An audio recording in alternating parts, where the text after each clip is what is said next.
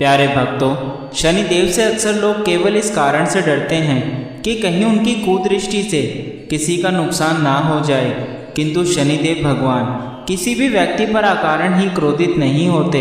शनिदेव को न्याय का देवता भी कहा जाता है, जो हमेशा ही हर किसी के साथ न्याय करते हैं। और आज हम आपको शनिदेव भगवान का एक ऐसा मंत्र सुनाने वाले हैं जो इतना प्रभावशाली मंत्र है, जिसका जाप केवल शनिवार के दिन यदि कोई व्यक्ति करता है तो उस पर शनिदेव की कुदृष्टि का प्रभाव नहीं पड़ता एवं साढ़े साथी से भी ऐसा व्यक्ति सदैव दूर रहता है। शनिदेव के इस मंत्र से शनिदेव भगवान अपनी कृपा दृष्टि ऐसे व्यक्ति पर सदैव बनाए रखते हैं एवं ऐसे व्यक्ति के परिवार पर किसी भी प्रकार का कोई दुख कभी नहीं आता।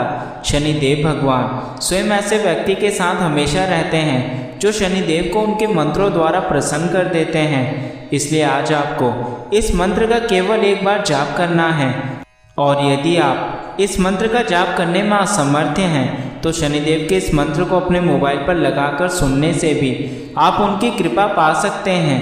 तो चलिए इस प्रभावशाली मंत्र की शुरुआत करते हैं। ओम काकध्वजाय विद्महे खगस्ताय धीमहि तन्नो मंदः प्रचोदयात्। ओम काकध्वजाय विद्महे खगस्ताय धीमहि तन्नो मंदः प्रचोदयात्। ओम काकध्वजाय विद्महे खगस्ताय धीमहि तन्नो मंदः प्रचोदयात्। ओम काकध्वजाय विद्महे खगस्ताय धीमहि तन्नो मंदः प्रचोदयात्। ओम काकध्वजाय विद्महे खगस्ताय धीमहि तन्नो मंदः प्रचोदयात्। ओम काकध्वजाय विद्महे खगस्ताय धीमहि तन्नो मंदः प्रचोदयात्। ओम काकध्वजाय विद्महे खगस्ताय धीमहि तन्नो मंदः प्रचोदयात्। ओम काकध्वजाय विद्महे खगस्ताय धीमहि तन्नो मंदः प्रचोदयात्। ओम काकध्वजाय विद्महे खगस्ताय धीमहि तन्नो मंदः प्रचोदयात्। ओम काकध्वजाय विद्महे खगस्ताय धीमहि तन्नो मंदः प्रचोदयात्। ओम काकध्वजाय विद्महे खगस्ताय धीमहि तन्नो मंदः प्रचोदयात्। ओम काकध्वजाय विद्महे खगस्ताय धीमहि तन्नो मंदः प्रचोदयात्। ओम काकध्वजाय विद्महे खगस्ताय धीमहि तन्नो मंदः प्रचोदयात्। ओम काकध्वजाय विद्महे खगस्ताय धीमहि तन्नो मंदः प्रचोदयात्। ओम काकध्वजाय विद्महे खगस्ताय धीमहि तन्नो मंदः प्रचोदयात्। ओम काकध्वजाय विद्महे खगस्ताय धीमहि तन्नो मंदः प्रचोदयात्।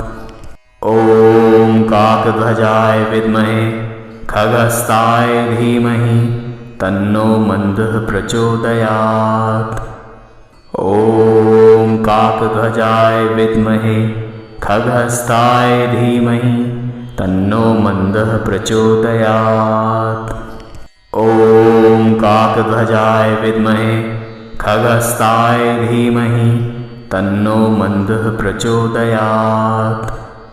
ओम काकध्वजाय विद्महे खगस्ताय धीमहि तन्नो मंदः प्रचोदयात्। ओम काकध्वजाय विद्महे खगस्ताय धीमहि तन्नो मंदः प्रचोदयात्। ओम काकध्वजाय विद्महे खगस्ताय धीमहि तन्नो मंदः प्रचोदयात्। ॐ काकध्वजाय विद्महे खगस्ताय धीमहि तन्नो मन्दः प्रचोदयात्। ॐ काकध्वजाय विद्महे खगस्ताय धीमहि तन्नो मन्दः प्रचोदयात्।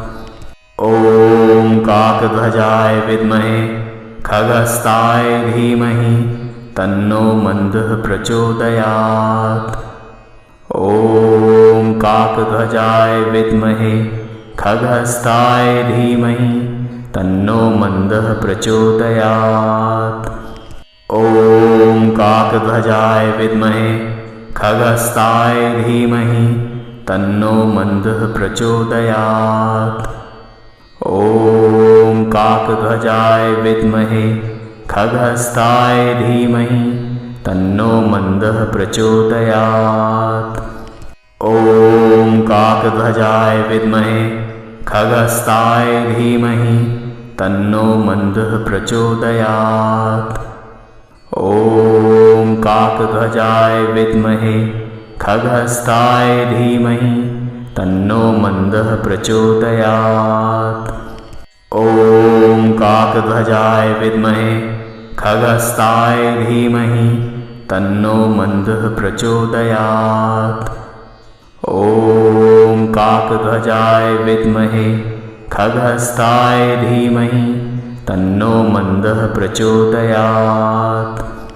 ॐ काकध्वजाय विद्महे खगस्ताय धीमहि तन्नो मन्दः प्रचोदयात्। ॐ काकध्वजाय विद्महे खगस्ताय धीमहि तन्नो मन्दः प्रचोदयात्। ॐ काकध्वजाय विद्महे खगस्ताय धीमहि तन्नो मन्दः प्रचोदयात्। ॐ काकध्वजाय विद्महे खगस्ताय धीमहि तन्नो मन्दः प्रचोदयात्। ॐ काकध्वजाय विद्महे खगस्ताय धीमहि तन्नो मन्दः प्रचोदयात्।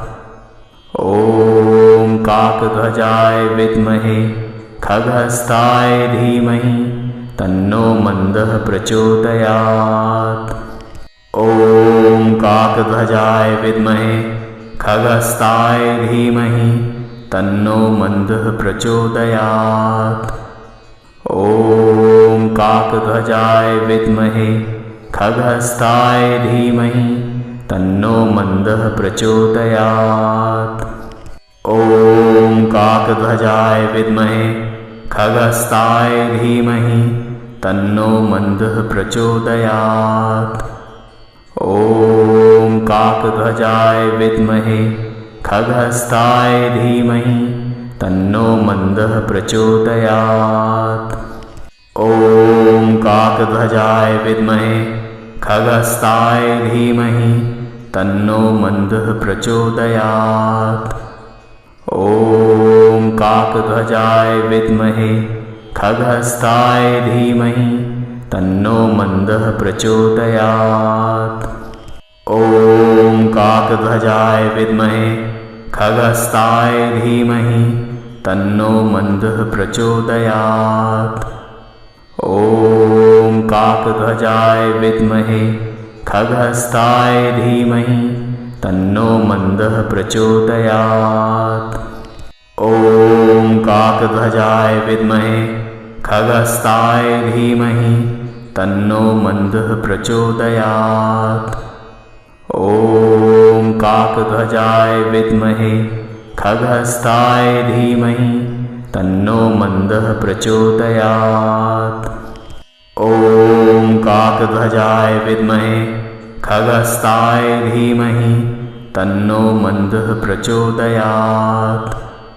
ॐ काकध्वजाय विद्महे खगस्ताय धीमहि तन्नो मन्दः प्रचोदयात्। ॐ काकध्वजाय विद्महे खगस्ताय धीमहि तन्नो मन्दः प्रचोदयात्। ॐ काकध्वजाय विद्महे खगहस्ताय धीमहि तन्नो मन्दः प्रचोदयात्। ॐ काकध्वजाय विद्महे खगहस्ताय धीमहि तन्नो मन्दः प्रचोदयात्। ॐ काकध्वजाय विद्महे खगहस्ताय धीमहि तन्नो मन्दः प्रचोदयात्। ॐ काकध्वजाय विद्महे खगहस्ताय धीमहि तन्नो मन्दः प्रचोदयात्। ॐ काकध्वजाय विद्महे खगहस्ताय धीमहि तन्नो मन्दः प्रचोदयात्। ॐ काकध्वजाय विद्महे खगहस्ताय धीमहि तन्नो मन्दः प्रचोदयात्।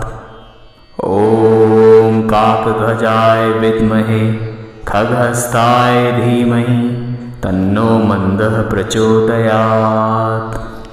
ॐ काकध्वजाय विद्महे खगहस्ताय धीमहि तन्नो मन्दः प्रचोदयात्।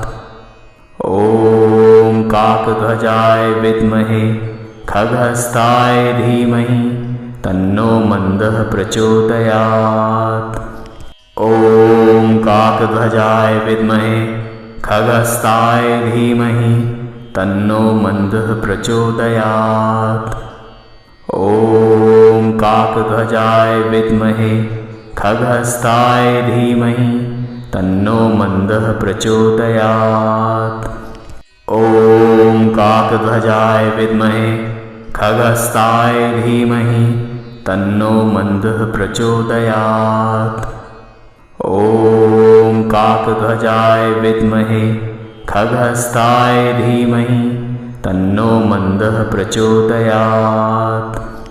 ॐ काकध्वजाय विद्महे खगहस्ताय धीमहि तन्नो मन्दः प्रचोदयात्। ॐ काकध्वजाय विद्महे खगहस्ताय धीमहि तन्नो मन्दः प्रचोदयात्। ॐ काकध्वजाय विद्महे खगहस्ताय धीमहि तन्नो मन्दः प्रचोदयात्। ॐ काकध्वजाय विद्महे खगहस्ताय धीमहि तन्नो मन्दः प्रचोदयात्। ॐ काकध्वजाय विद्महे खगहस्ताय धीमहि तन्नो मन्दः प्रचोदयात्। ॐ काकध्वजाय विद्महे खगहस्ताय धीमहि तन्नो मन्दः प्रचोदयात्। ॐ काकध्वजाय विद्महे खगहस्ताय धीमहि तन्नो मन्दः प्रचोदयात्। ॐ काकध्वजाय विद्महे खगहस्ताय धीमहि तन्नो मन्दः प्रचोदयात्। ॐ काकध्वजाय विद्महे खगहस्ताय धीमहि तन्नो मन्दः प्रचोदयात्। ॐ काकध्वजाय विद्महे खगहस्ताय धीमहि तन्नो मन्दः प्रचोदयात्। ॐ काकध्वजाय विद्महे खगहस्ताय धीमहि तन्नो मन्दः प्रचोदयात्। ॐ काकध्वजाय विद्महे खगहस्ताय धीमहि तन्नो मन्दः प्रचोदयात्। ॐ काकध्वजाय विद्महे खगहस्ताय धीमहि तन्नो मन्दः प्रचोदयात्। ॐ काकध्वजाय विद्महे खगहस्ताय धीमहि तन्नो मन्दः प्रचोदयात्। ॐ काकध्वजाय विद्महे खगहस्ताय धीमहि तन्नो मन्दः प्रचोदयात्। ॐ काकध्वजाय विद्महे खगहस्ताय धीमहि तन्नो मन्दः प्रचोदयात्। ॐ काकध्वजाय विद्महे खगहस्ताय धीमहि तन्नो मन्दः प्रचोदयात्। ॐ काकध्वजाय विद्महे खगहस्ताय धीमहि तन्नो मन्दः प्रचोदयात्। ॐ काकध्वजाय विद्महे खगहस्ताय धीमहि तन्नो मन्दः प्रचोदयात्। ॐ काकध्वजाय विद्महे खगहस्ताय धीमहि तन्नो मन्दः प्रचोदयात्। ॐ काकध्वजाय विद्महे खगहस्ताय धीमहि तन्नो मन्दः प्रचोदयात्। ॐ काकध्वजाय विद्महे खगहस्ताय धीमहि तन्नो मन्दः प्रचोदयात्। ॐ काकध्वजाय विद्महे खगहस्ताय धीमहि तन्नो मन्दः प्रचोदयात्। ॐ काकध्वजाय विद्महे खगहस्ताय धीमहि तन्नो मन्दः प्रचोदयात्। ॐ काकध्वजाय विद्महे खगहस्ताय धीमहि तन्नो मन्दः प्रचोदयात्। ॐ काकध्वजाय विद्महे खगहस्ताय धीमहि तन्नो मन्दः प्रचोदयात्। ॐ काकध्वजाय विद्महे खगहस्ताय धीमहि तन्नो मन्दः प्रचोदयात्। ॐ काकध्वजाय विद्महे खगहस्ताय धीमहि तन्नो मन्दः प्रचोदयात्। ॐ काकध्वजाय विद्महे खगहस्ताय धीमहि तन्नो मन्दः प्रचोदयात्। ॐ काकध्वजाय विद्महे खगहस्ताय धीमहि तन्नो मन्दः प्रचोदयात्। ॐ काकध्वजाय विद्महे खगहस्ताय धीमहि तन्नो मन्दः प्रचोदयात्। ॐ काकध्वजाय विद्महे खगहस्ताय धीमहि तन्नो मन्दः प्रचोदयात्। ॐ काकध्वजाय विद्महे खगहस्ताय धीमहि तन्नो मन्दः प्रचोदयात्। ॐ काकध्वजाय विद्महे खगहस्ताय धीमहि तन्नो मन्दः प्रचोदयात्। ॐ काकध्वजाय विद्महे खगहस्ताय धीमहि तन्नो मन्दः प्रचोदयात्। ॐ काकध्वजाय विद्महे खगहस्ताय धीमहि तन्नो मन्दः प्रचोदयात्। ॐ काकध्वजाय विद्महे खगहस्ताय धीमहि तन्नो मन्दः प्रचोदयात्। ॐ काकध्वजाय विद्महे खगहस्ताय धीमहि तन्नो मन्दः प्रचोदयात्।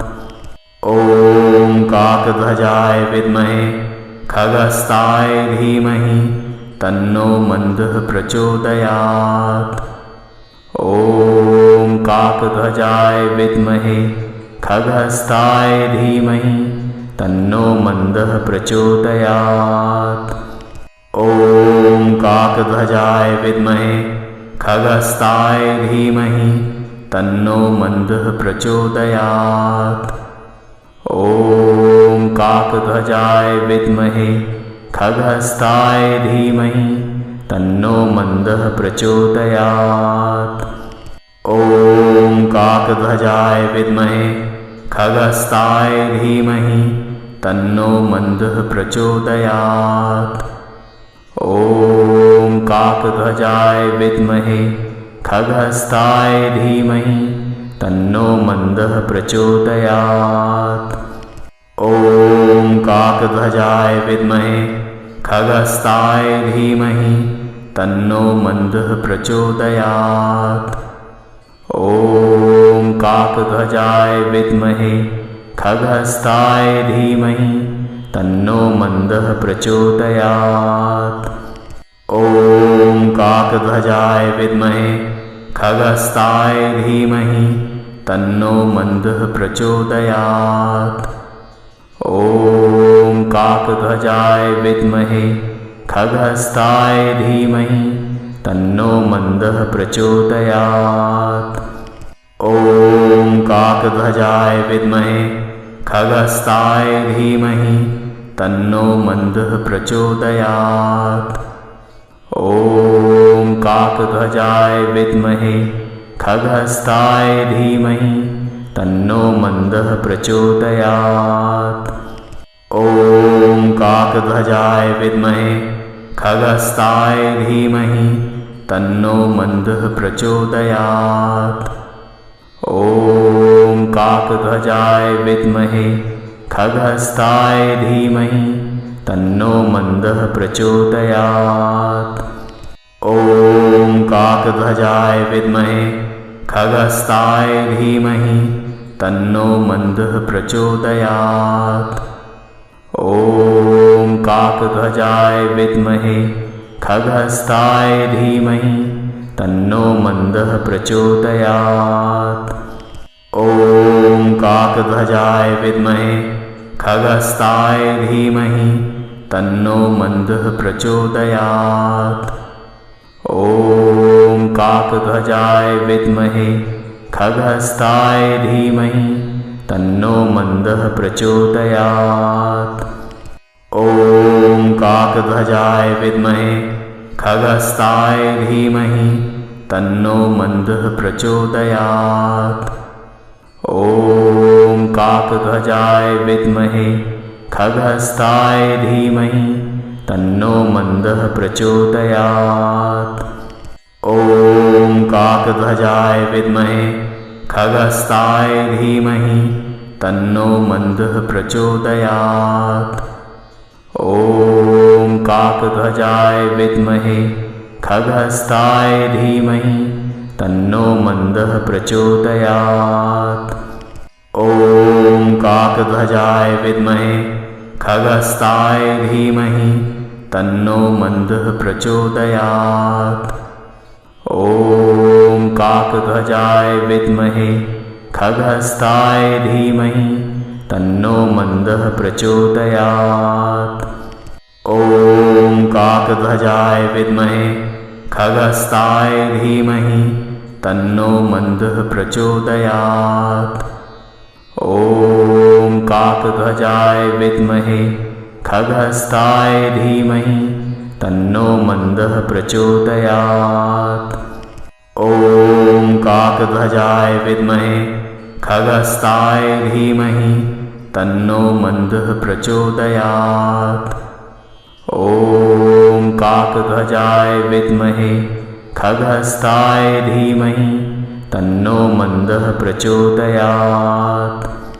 ॐ काकध्वजाय विद्महे खगस्ताय धीमहि तन्नो मन्दः प्रचोदयात्। ॐ काकध्वजाय विद्महे खगस्ताय धीमहि तन्नो मन्दः प्रचोदयात्। ॐ काकध्वजाय विद्महे खगस्ताय धीमहि तन्नो मन्दः प्रचोदयात्। ॐ काकध्वजाय विद्महे खगस्ताय धीमहि तन्नो मन्दः प्रचोदयात्। ॐ काकध्वजाय विद्महे खगस्ताय धीमहि तन्नो मन्दः प्रचोदयात्। ॐ काकध्वजाय विद्महे खगस्ताय धीमहि तन्नो मन्दः प्रचोदयात्।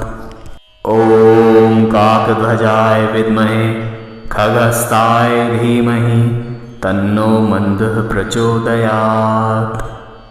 ॐ काकध्वजाय विद्महे खगस्ताय धीमहि तन्नो मन्दः प्रचोदयात्। ॐ काकध्वजाय विद्महे खगस्ताय धीमहि तन्नो मन्दः प्रचोदयात्।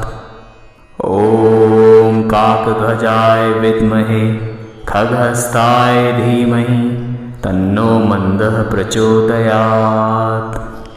ॐ काकध्वजाय विद्महे खगस्ताय धीमहि तन्नो मन्दः प्रचोदयात्। ॐ काकध्वजाय विद्महे खगस्ताय धीमहि तन्नो मन्दः प्रचोदयात्। ॐ काकध्वजाय विद्महे खगस्ताय धीमहि तन्नो मन्दः प्रचोदयात्।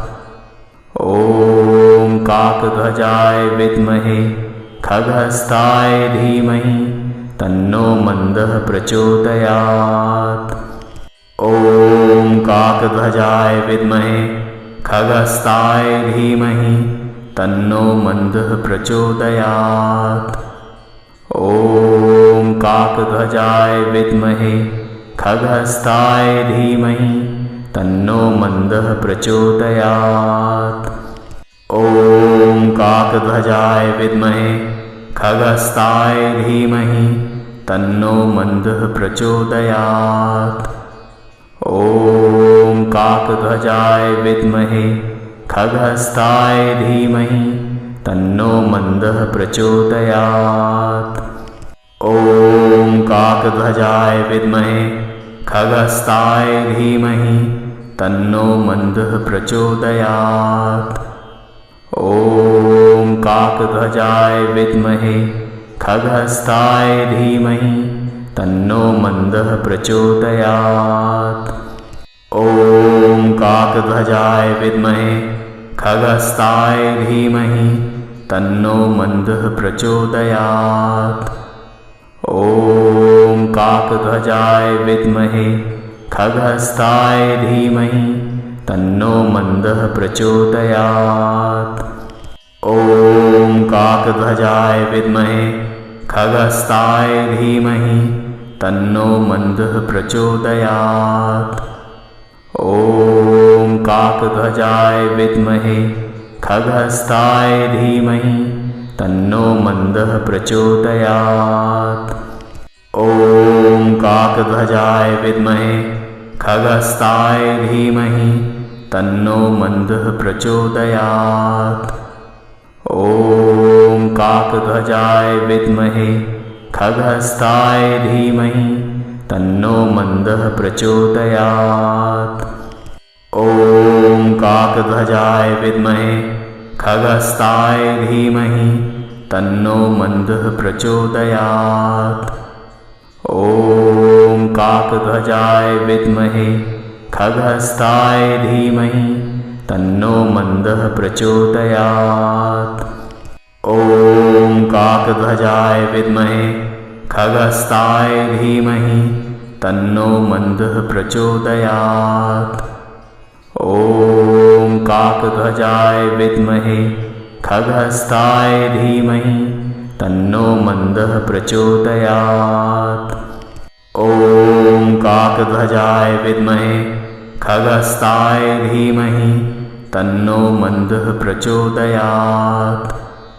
ॐ काकध्वजाय विद्महे खगस्ताय धीमहि तन्नो मन्दः प्रचोदयात्। ॐ काकध्वजाय विद्महे खगस्ताय धीमहि तन्नो मन्दः प्रचोदयात्। ॐ काकध्वजाय विद्महे खगस्ताय धीमहि तन्नो मन्दः प्रचोदयात्। ॐ काकध्वजाय विद्महे खगस्ताय धीमहि तन्नो मन्दः प्रचोदयात्। ॐ काकध्वजाय विद्महे खगस्ताय धीमहि तन्नो मन्दः प्रचोदयात्। ॐ काकध्वजाय विद्महे खगस्ताय धीमहि तन्नो मन्दः प्रचोदयात्। ॐ काकध्वजाय विद्महे खगस्ताय धीमहि तन्नो मन्दः प्रचोदयात्। ॐ काकध्वजाय विद्महे खगस्ताय धीमहि तन्नो मन्दः प्रचोदयात्। ॐ काकध्वजाय विद्महे खगहस्ताय धीमहि तन्नो मन्दः प्रचोदयात्। ॐ काकध्वजाय विद्महे खगहस्ताय धीमहि तन्नो मन्दः प्रचोदयात्। ॐ काकध्वजाय विद्महे खगहस्ताय धीमहि तन्नो मन्दः प्रचोदयात्। ॐ काकध्वजाय विद्महे खगहस्ताय धीमहि तन्नो मन्दः प्रचोदयात्। ॐ काकध्वजाय विद्महे खगहस्ताय धीमहि तन्नो मन्दः प्रचोदयात्।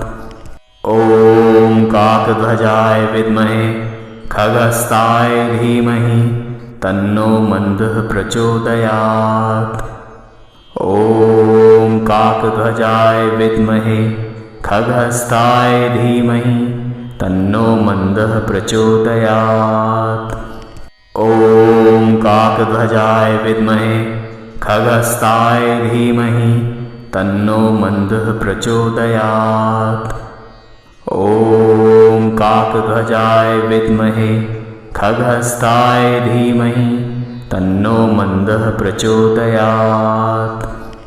ॐ काकध्वजाय विद्महे खगहस्ताय धीमहि तन्नो मन्दः प्रचोदयात्।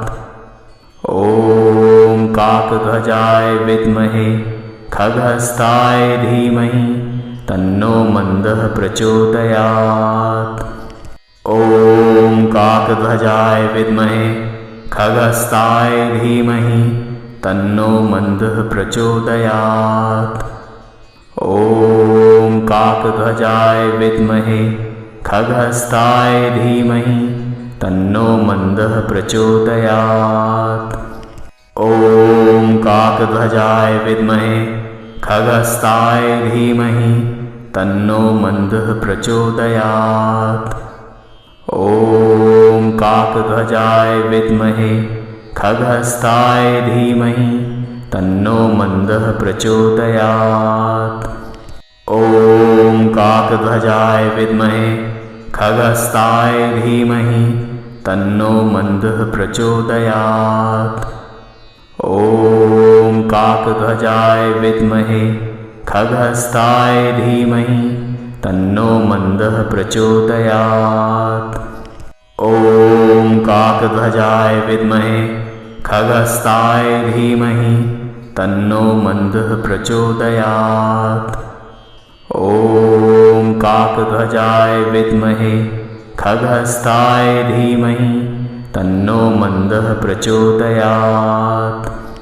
ॐ काकध्वजाय विद्महे खगहस्ताय धीमहि तन्नो मन्दः प्रचोदयात्। ॐ काकध्वजाय विद्महे खगहस्ताय धीमहि तन्नो मन्दः प्रचोदयात्। ॐ काकध्वजाय विद्महे खगहस्ताय धीमहि तन्नो मन्दः प्रचोदयात्। ॐ काकध्वजाय विद्महे खगहस्ताय धीमहि तन्नो मन्दः प्रचोदयात्।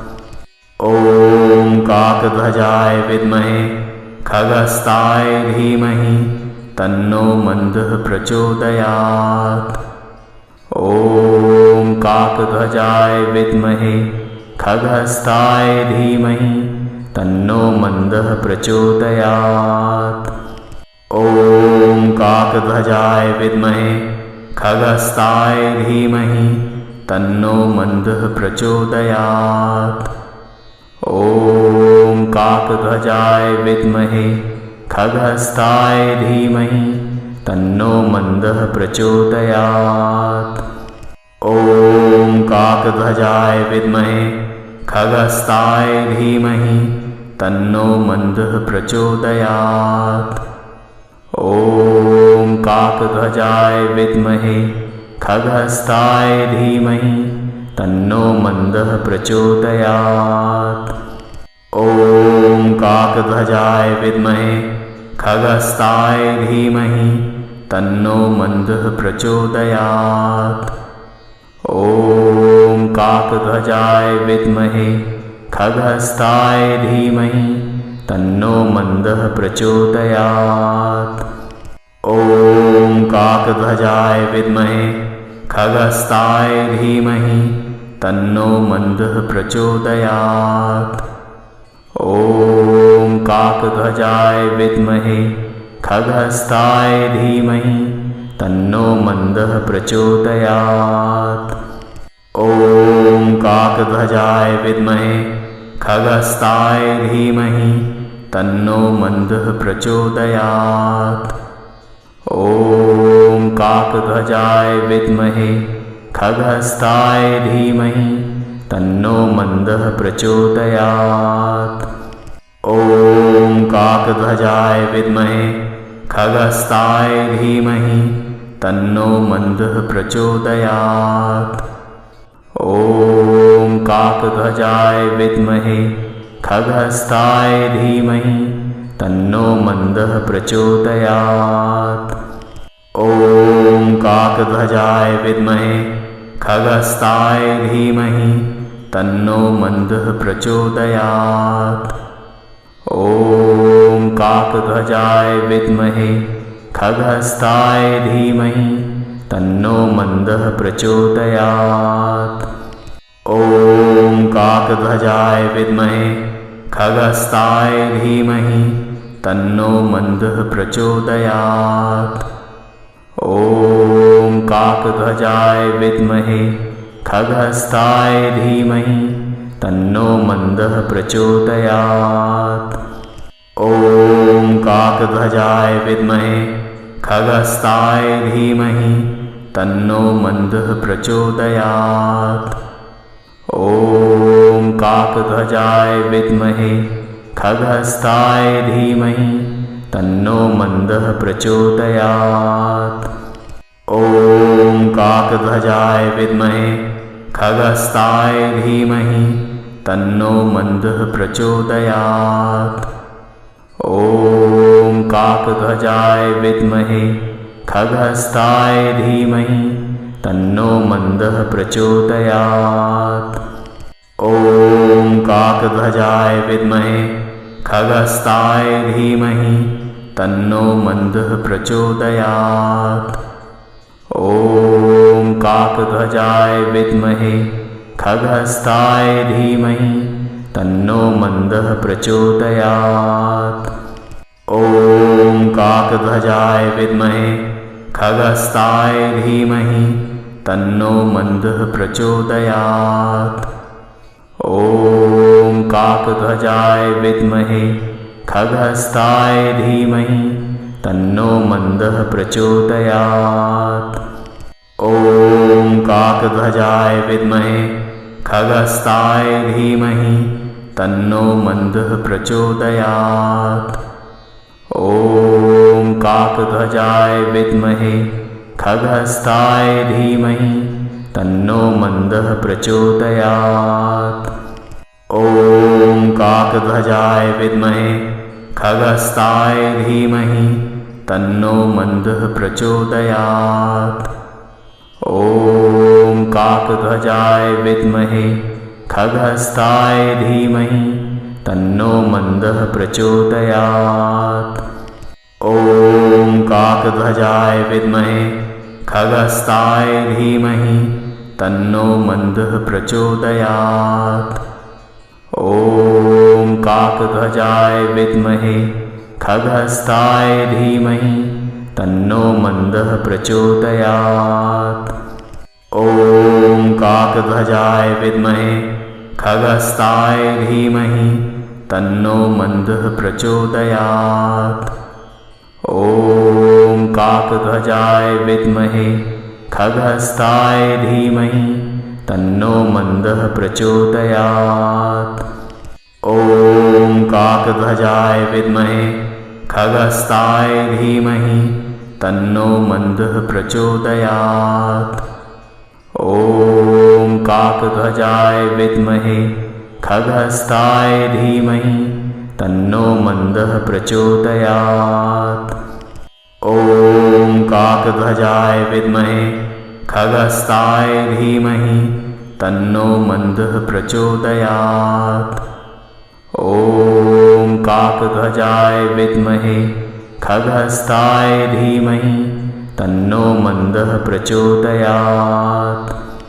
ॐ काकध्वजाय विद्महे खगस्ताय धीमहि तन्नो मन्दः प्रचोदयात्।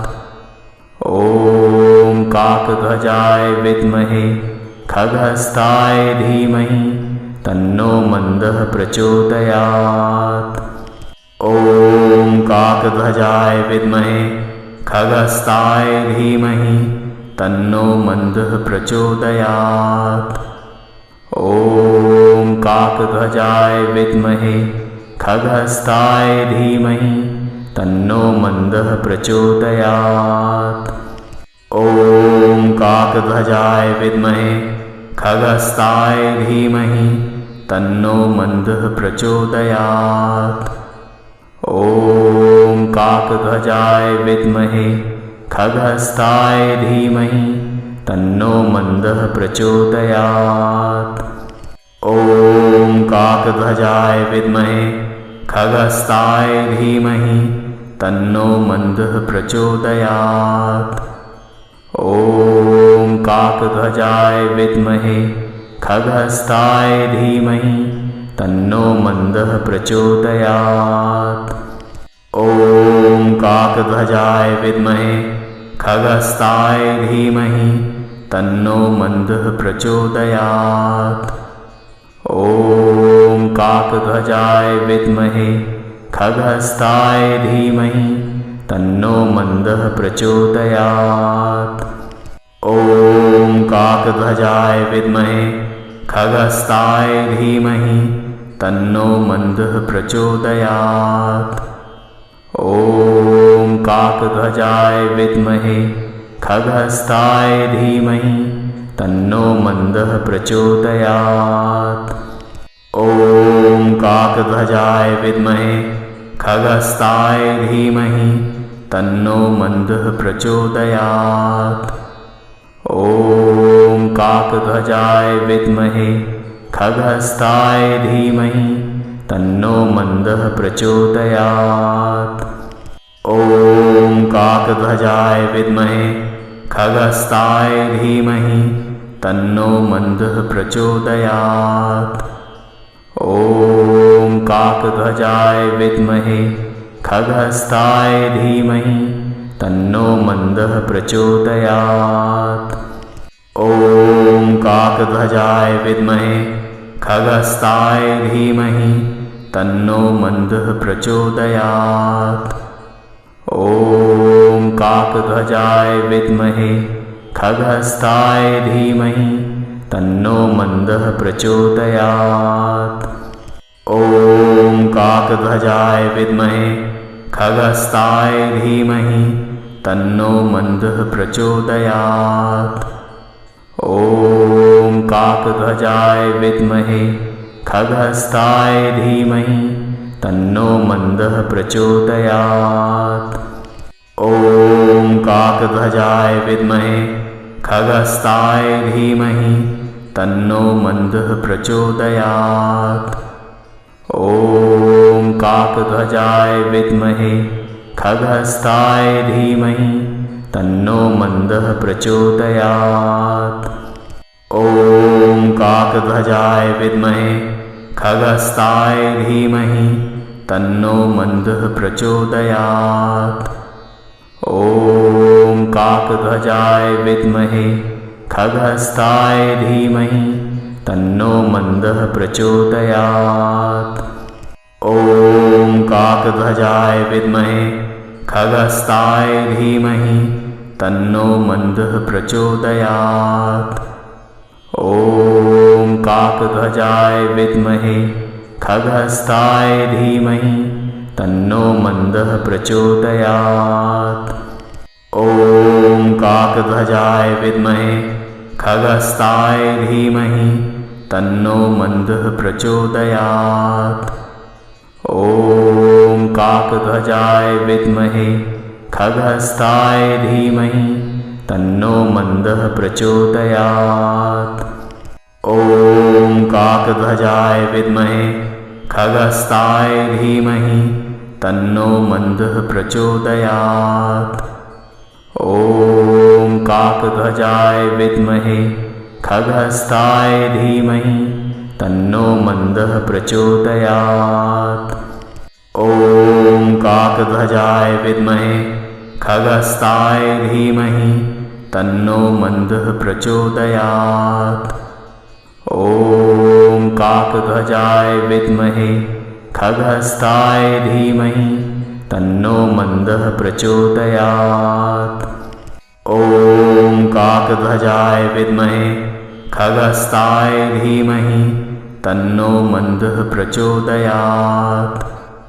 ॐ काकध्वजाय विद्महे खगहस्ताय धीमहि तन्नो मन्दः प्रचोदयात्। ॐ काकध्वजाय विद्महे खगहस्ताय धीमहि तन्नो मन्दः प्रचोदयात्। ॐ काकध्वजाय विद्महे खगहस्ताय धीमहि तन्नो मन्दः प्रचोदयात्। ॐ काकध्वजाय विद्महे खगहस्ताय धीमहि तन्नो मन्दः प्रचोदयात्। ॐ काकध्वजाय विद्महे खगहस्ताय धीमहि तन्नो मन्दः प्रचोदयात्। ॐ काकध्वजाय विद्महे खगहस्ताय धीमहि तन्नो मन्दः प्रचोदयात्। ॐ काकध्वजाय विद्महे खगहस्ताय धीमहि तन्नो मन्दः प्रचोदयात्। ॐ काकध्वजाय विद्महे खगहस्ताय धीमहि तन्नो मन्दः प्रचोदयात्। ॐ काकध्वजाय विद्महे खगहस्ताय धीमहि तन्नो मन्दः प्रचोदयात्। ॐ काकध्वजाय विद्महे खगहस्ताय धीमहि तन्नो मन्दः प्रचोदयात्। ॐ काकध्वजाय विद्महे खगहस्ताय धीमहि तन्नो मन्दः प्रचोदयात्। ॐ काकध्वजाय विद्महे खगहस्ताय धीमहि तन्नो मन्दः प्रचोदयात्। ॐ काकध्वजाय विद्महे खगहस्ताय धीमहि तन्नो मन्दः प्रचोदयात्। ॐ काकध्वजाय विद्महे खगहस्ताय धीमहि तन्नो मन्दः प्रचोदयात्। ॐ काकध्वजाय विद्महे खगहस्ताय धीमहि तन्नो मन्दः प्रचोदयात्। ॐ काकध्वजाय विद्महे खगहस्ताय धीमहि तन्नो मन्दः प्रचोदयात्। ॐ काकध्वजाय विद्महे खगहस्ताय धीमहि तन्नो मन्दः प्रचोदयात्। ॐ काकध्वजाय विद्महे खगहस्ताय धीमहि तन्नो मन्दः प्रचोदयात्। ॐ काकध्वजाय विद्महे खगहस्ताय धीमहि तन्नो मन्दः प्रचोदयात्। ॐ काकध्वजाय विद्महे खगहस्ताय धीमहि तन्नो मन्दः प्रचोदयात्। ॐ काकध्वजाय विद्महे खगहस्ताय धीमहि तन्नो मन्दः प्रचोदयात्। ॐ काकध्वजाय विद्महे खगहस्ताय धीमहि तन्नो मन्दः प्रचोदयात्। ॐ काकध्वजाय विद्महे खगहस्ताय धीमहि तन्नो मन्दः प्रचोदयात्। ॐ काकध्वजाय विद्महे खगस्ताय धीमहि तन्नो मन्दः प्रचोदयात्। ॐ काकध्वजाय विद्महे खगस्ताय धीमहि तन्नो मन्दः प्रचोदयात्। ॐ काकध्वजाय विद्महे खगस्ताय धीमहि तन्नो मन्दः प्रचोदयात्। ॐ काकध्वजाय विद्महे खगस्ताय धीमहि तन्नो मन्दः प्रचोदयात्। ॐ काकध्वजाय विद्महे खगस्ताय धीमहि तन्नो मन्दः प्रचोदयात्। ॐ काकध्वजाय विद्महे खगस्ताय धीमहि तन्नो मन्दः प्रचोदयात्। ॐ काकध्वजाय विद्महे खगस्ताय धीमहि तन्नो मन्दः प्रचोदयात्। ॐ काकध्वजाय विद्महे खगस्ताय धीमहि तन्नो मन्दः प्रचोदयात्। ॐ काकध्वजाय विद्महे खगस्ताय धीमहि तन्नो मन्दः प्रचोदयात्। ॐ काकध्वजाय विद्महे खगस्ताय धीमहि तन्नो मन्दः प्रचोदयात्। ॐ काकध्वजाय विद्महे खगस्ताय धीमहि तन्नो मन्दः प्रचोदयात्।